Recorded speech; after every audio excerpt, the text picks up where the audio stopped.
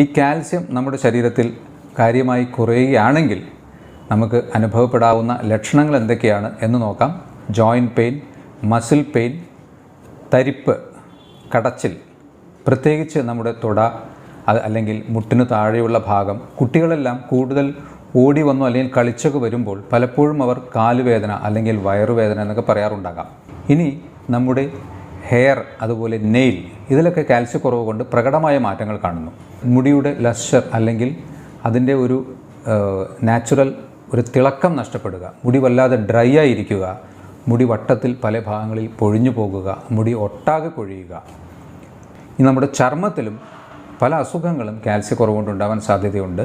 പ്രത്യേകിച്ച് extreme fatigue അല്ലെങ്കിൽ അമിതമായ ക്ഷീണം, ഓർമ്മക്കുറവ്, ഉറക്കക്കുറവ്, അതുപോലെ തൂങ്ങിപ്പിടിച്ചിരിക്കുന്ന ഒരവസ്ഥ, ഉത്സാഹമില്ലായ്മ, തലയ്ക്ക് ഒരു ഭാരക്കുറവ് പോലെ തോന്നുക, അതുപോലെ കൺഫ്യൂഷൻ, ഡിപ്രഷൻ, ഇത്തരത്തിലുള്ള സിംറ്റംസ് നിങ്ങൾക്ക് കാണുകയാണെങ്കിൽ നിങ്ങൾ തീർച്ചയായും ഒരു കാൽസ്യം ചെക്കപ്പ് ചെയ്യേണ്ടത് ആവശ്യമാണ്.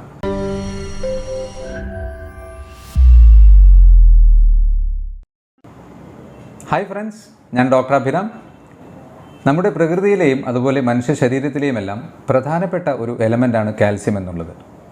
കാൽസ്യം നിങ്ങൾക്കെല്ലാം അറിയുന്നത് പോലെ നമ്മുടെ എല്ലുകളുടെയും പല്ലുകളുടെയും എല്ലാം ബലത്തിന് വളരെ പ്രധാനപ്പെട്ട ഒരു ഘടകമാണ്. എന്നാൽ ഇതുകൂടാതെയും കാൽസ്യത്തിന് മറ്റു പല ഫങ്ഷൻസും ഉണ്ട്. അപ്പോൾ നമുക്ക് ഈ കാൽസ്യം നമ്മുടെ ശരീരത്തിൽ കാര്യമായി കുറയുകയാണെങ്കിൽ നമുക്ക് അനുഭവപ്പെടാവുന്ന ലക്ഷണങ്ങൾ എന്തൊക്കെയാണ് എന്ന് നോക്കാം. അതുപോലെ തന്നെ നിങ്ങൾ വേണ്ട രീതിയിൽ കാൽസ്യം റിച്ചായിട്ടുള്ള ഭക്ഷണങ്ങൾ കഴിച്ചിട്ടും നിങ്ങൾക്ക് ഇത്തരത്തിലുള്ള ലക്ഷണങ്ങളോ അല്ലെങ്കിൽ കാൽസ്യക്കുറവോ കാണുന്നുണ്ടെങ്കിൽ അതിനുള്ള കാരണങ്ങൾ എന്താണെന്നും നമുക്ക് നോക്കാം.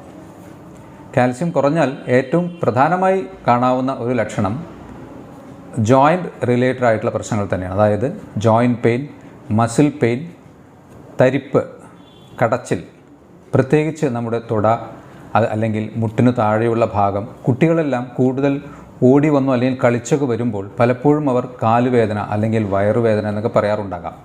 ഇതൊക്കെ പലപ്പോഴും കാൽസ്യം ഡെഫിഷ്യൻസി കൊണ്ടാവാൻ സാധ്യതയുണ്ട്. പ്രത്യേകിച്ച് തണുപ്പ് കാലങ്ങളിലൊക്കെ ഇത് കൂടുതലായി കാണുന്നു. മസിൽ കോച്ചി പിടിക്കുക, ഇത്തരത്തിൽ ജോയിൻറ്റും മസിൽസുമായി റിലേറ്റഡ് ആയിട്ടുള്ള പ്രശ്നങ്ങൾ കാൽസ്യത്തിൽ വളരെ സാധാരണമാണ്. ചിലപ്പോൾ നമ്മുടെ വായുടെ ചുറ്റും തരിപ്പ് വരുന്നത്, അല്ലെങ്കിൽ കൈകളുടെ വിരലുകളുടെ തുമ്പിൽ തരിപ്പ് വരിക, അല്ലെങ്കിൽ ടിംഗ്ലിംഗ് എന്ന് പറയാം, ഒരു തരിപ്പിനും ഒരു വേദനയുടെ ഇടയിലുള്ള ഒരു ലക്ഷണം. ഇതൊക്കെ കാൽസ്യക്കുറവ് ഉണ്ടാവാൻ സാധ്യതയുണ്ട്.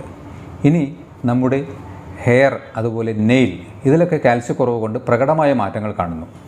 നഖം പൊട്ടിപ്പോകുക, നഖത്തിൻ്റെ അറ്റം പിളരുക, നഖം ശരിയായ രീതിയിൽ വളരാതെ ഇരിക്കുക, അതുപോലെ തന്നെ നഖത്തിൽ അടിക്കടി ഇൻഫെക്ഷൻസ് വരിക, നഖത്തിൽ കളർ ചേഞ്ചസ് വരിക, ഇതൊക്കെ കാൽസ്യക്കുറവ് കൊണ്ടാവാൻ സാധ്യതയുണ്ട്. അതുപോലെ നമ്മുടെ മുടിയുടെ ലസ്ചർ അല്ലെങ്കിൽ അതിൻ്റെ ഒരു നാച്ചുറൽ ഒരു തിളക്കം നഷ്ടപ്പെടുക, മുടി വല്ലാതെ ഡ്രൈ ആയിരിക്കുക, മുടി വട്ടത്തിൽ പല ഭാഗങ്ങളിൽ പൊഴിഞ്ഞു പോകുക, മുടി ഒട്ടാകെ കൊഴിയുക. ഇത്തരത്തിൽ മുടിയുമായി ബന്ധപ്പെട്ടും പലപ്പോഴും കാൽസ്യം ഡെഫിഷ്യൻസി പ്രശ്നങ്ങൾ കാരണമാകാം. ഇനി നമ്മുടെ ചർമ്മത്തിലും പല അസുഖങ്ങളും കാൽസ്യക്കുറവ് കൊണ്ടുണ്ടാവാൻ സാധ്യതയുണ്ട്. ചർമ്മം വളരെ വരണ്ടിരിക്കും. കാൽസ്യം കുറയുമ്പോൾ മുടിയായാലും ചർമ്മവുമൊക്കെ വല്ലാതെ ഡ്രൈ ആകുന്ന ഒരവസ്ഥ കാണാറുണ്ട്.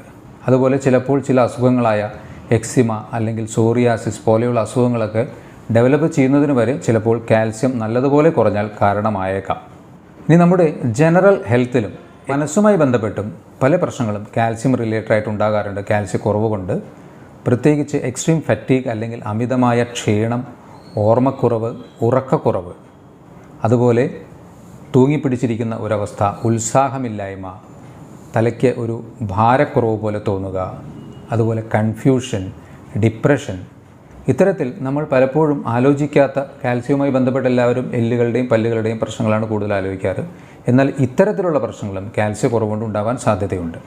അതുപോലെ പല്ലുകൾ പെട്ടെന്ന് പൊട്ടിപ്പോകുക, പല്ലുകൾ ശരിയായ രീതിയിൽ വളരാതിരിക്കുക, അടിക്കടി ഗം ഇൻഫെക്ഷൻസ് ഉണ്ടാകുക, ഗം ബ്ലീഡിംഗ് ഉണ്ടാകുക, മോണവീക്കം, ഇതൊക്കെ കാൽസ്യക്കുറവ് കൊണ്ട് ഉണ്ടാവാൻ സാധ്യതയുണ്ട്.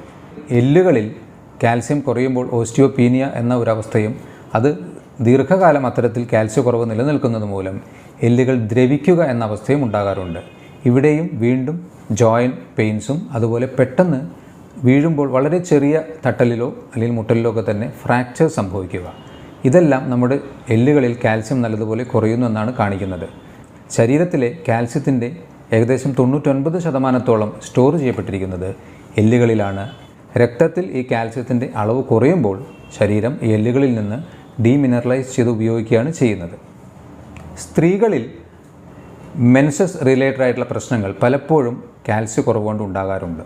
പ്രത്യേകിച്ച് പ്രീ മെൻസ്ട്രൽ സിൻഡ്രോം അത് വളരെ കൂടുതലായി കാണുന്നത് അധികമായി കാൽസ്യക്കുറവുള്ളവരിലാണ്. സ്ത്രീകളിൽ മെൻസസിന് മുന്നേ, പീരിയഡ്സിന് മുന്നേ അമിതമായ ഉത്കണ്ഠ, ദേഷ്യം, ക്ഷീണം, ഉറക്കം, അമിതമായ വയറുവേദന, ഇതൊക്കെ കാൽസ്യം ഡെഫിഷ്യൻസി കൊണ്ട് വരാനുള്ള സാധ്യതയുണ്ട്. പിന്നെ മെനോപോസ് സമയത്ത് പ്രത്യേകിച്ച് ഹോർമോൺ ചേഞ്ചും കൂടി ആകുമ്പോൾ കാൽസ്യം റിലേറ്റഡ് ആയിട്ട് സ്ത്രീകളിൽ വളരെ കോമൺ ആയിട്ട് ഓസ്റ്റിയോപോറോസിസ് അഥവാ എല്ലുകൾ ദ്രവിക്കുന്ന അവസ്ഥയും കാണാറുണ്ട്. അപ്പോൾ ശരീരത്തിൽ നല്ലതുപോലെ കാൽസ്യം കുറഞ്ഞു കഴിഞ്ഞാൽ ഇത്തരത്തിലുള്ള സിംറ്റംസ് നിങ്ങൾക്ക് കാണുകയാണെങ്കിൽ നിങ്ങൾ തീർച്ചയായും ഒരു കാൽസ്യം ചെക്കപ്പ് ചെയ്യേണ്ടത് ആവശ്യമാണ്. ഇനി അടുത്ത കാര്യം, നമ്മൾ നല്ലതുപോലെ കാൽസ്യം അടങ്ങിയ ഭക്ഷണങ്ങൾ കഴിച്ചിട്ടും എന്തുകൊണ്ട് നമുക്ക് ഇത്തരത്തിലുള്ള ലക്ഷണങ്ങൾ ഉണ്ടാകുന്നു, അല്ലെങ്കിൽ നമുക്ക് പെട്ടെന്ന് ഫ്രാക്ചേഴ്സൊക്കെ ഉണ്ടാകുന്നു എന്ന് നോക്കുകയാണെങ്കിൽ കുറച്ച് കാര്യങ്ങൾ അതിലേക്ക് പറയാനുണ്ട്. ഏറ്റവും പ്രധാനം വൈറ്റമിൻ ഡി എന്ന ഒരു ഘടകമാണ്. പലർക്കും അറിയുന്നുണ്ടാകാം, വൈറ്റമിൻ ഡി ഉണ്ടെങ്കിലേ കാൽസ്യം അബ്സോർപ്ഷൻ നടക്കുകയുള്ളൂ. ഈ വൈറ്റമിൻ ഡി നല്ലതുപോലെ ലഭിക്കുന്ന ഏറ്റവും പ്രധാനപ്പെട്ട സോഴ്സ് സൂര്യപ്രകാശമാണ്. അപ്പോൾ അത്യാവശ്യം സൂര്യപ്രകാശം ഏൽക്കാത്തവരിൽ ഈ വൈറ്റമിൻ ഡി ഡെഫിഷ്യൻസി നല്ലതുപോലെ കാണാൻ സാധ്യതയുണ്ട്. അതുപോലെ പല ഭക്ഷണങ്ങളിലൂടെയും എഗ്ഗ് അല്ലെങ്കിൽ മഷ്റൂം അത്തരത്തിലുള്ള പല ഭക്ഷണങ്ങളിലൂടെയും വൈറ്റമിൻ ഡി കിട്ടാൻ സാധ്യതയുണ്ട്. എന്നാലും മെയിൻ സോഴ്സ് സൂര്യപ്രകാശം തന്നെയാണ്. അപ്പോൾ കാൽസ്യ കുറവിൻ്റെ ലക്ഷണങ്ങൾ ഉണ്ടെങ്കിൽ ഒരു കാരണം വൈറ്റമിൻ ഡിയുടെ കുറവായിരിക്കാം. അതുകൂടാതെ ഇനി പലരും ആലോചിക്കാൻ സാധ്യതയില്ലാത്ത കുറച്ച് കാര്യങ്ങൾ കൂടി ഞാൻ പറയാം. ഉപ്പ്, നിങ്ങൾ നല്ലതുപോലെ കാൽസ്യം അടങ്ങിയ ഭക്ഷണങ്ങൾ കഴിച്ചാലും ഉപ്പ് അധികമായി കഴിക്കുന്നുണ്ടെങ്കിൽ അത് നമ്മുടെ കുടലുകളിൽ വെച്ച് കാൽസ്യം അബ്സോർപ്ഷനെ തടയുകയോ നല്ലതുപോലെ കുറയ്ക്കുകയോ ചെയ്യും. ചിലർക്ക് നല്ല ഉപ്പ് ടേസ്റ്റ് ഇഷ്ടമുള്ളവർ അത്തരത്തിലുള്ള ഭക്ഷണങ്ങളിലോ അല്ലെങ്കിൽ ഉപ്പ് അടങ്ങിയ പലഹാരങ്ങൾ കൂടുതൽ കഴിക്കുമ്പോഴൊക്കെ കാൽസ്യം അബ്സോർപ്ഷൻ കുറയുന്നു. 2, കഫീൻ. അമിതമായി കാപ്പി, സ്ട്രോങ് കാപ്പി ദിവസേന പലതവണ കുടിക്കുന്ന വ്യക്തികളിൽ കഫീൻ നല്ല ഒരു ആൻറ്റി ഓക്സിഡൻ്റ് ആണെങ്കിലും അധികമാകുമ്പോൾ അത് കാൽസ്യം അബ്സോർപ്ഷനെ തടയുന്നതായി കണ്ടിട്ടുണ്ട്. അപ്പോൾ കാപ്പിയോ അല്ലെങ്കിൽ കൂടുതലായി ചായ കുടിക്കുന്നതോ രണ്ടിലും കഫീൻ ഉണ്ട്. ആ കഫീൻ എന്ന വസ്തു കാൽസ്യം അബ്സോർപ്ഷനെ നല്ലതുപോലെ കുറയ്ക്കുന്നു. ഇനി കാർബണേറ്റഡ് ഡ്രിങ്ക്സ്, അതായത് കൊക്കക്കോള, പെപ്സി അല്ലെങ്കിൽ സോഡ പോലെയുള്ള പാനീയങ്ങൾ കൂടുതലായി കഴിക്കുന്നവരിലും കാൽസ്യം അബ്സോർപ്ഷൻ കുറയുന്നതായി കണ്ടിട്ടുണ്ട്. ഇനി നിങ്ങൾ നല്ലതുപോലെ സ്മോക്ക് ചെയ്യുന്ന ഒരു വ്യക്തിയാണെങ്കിൽ സ്മോക്കിംഗ് നല്ലതുപോലെ കാൽസ്യം അബ്സോർപ്ഷനെ കുറയ്ക്കും. അപ്പോൾ നിങ്ങൾ നല്ലതുപോലെ ഭക്ഷണങ്ങൾ കഴിച്ചാലും ഇക്കാര്യങ്ങൾ കൂടി, അത് വൈറ്റമിൻ ഡി, സ്മോക്കിംഗ്, കഫീൻ, ഉപ്പ്, ഈ 4 കാര്യങ്ങൾ കൂടി നിങ്ങൾ നല്ലതുപോലെ ശ്രദ്ധിച്ചിട്ടില്ലെങ്കിൽ നിങ്ങൾ കഴിച്ച ഭക്ഷണത്തിൽ നിന്ന് കാൽസ്യം നിങ്ങൾക്ക് കിട്ടുകയില്ല. പലരും ഒരുപക്ഷെ നല്ല ആരോഗ്യത്തിന് നല്ലതായിക്കോട്ടെ എന്ന് വിചാരിച്ച് ഒരു ഗ്ലാസ് പാലിൽ തന്നെ കാപ്പി ഉണ്ടാക്കി കുടിക്കുന്നുണ്ടാവാം. പക്ഷേ ആ പാല് നിങ്ങൾക്ക് തീരെ പ്രയോജനം ചെയ്യുന്നില്ല, അതിൽ കാൽസ്യം നിങ്ങൾക്ക് കിട്ടുന്നില്ല.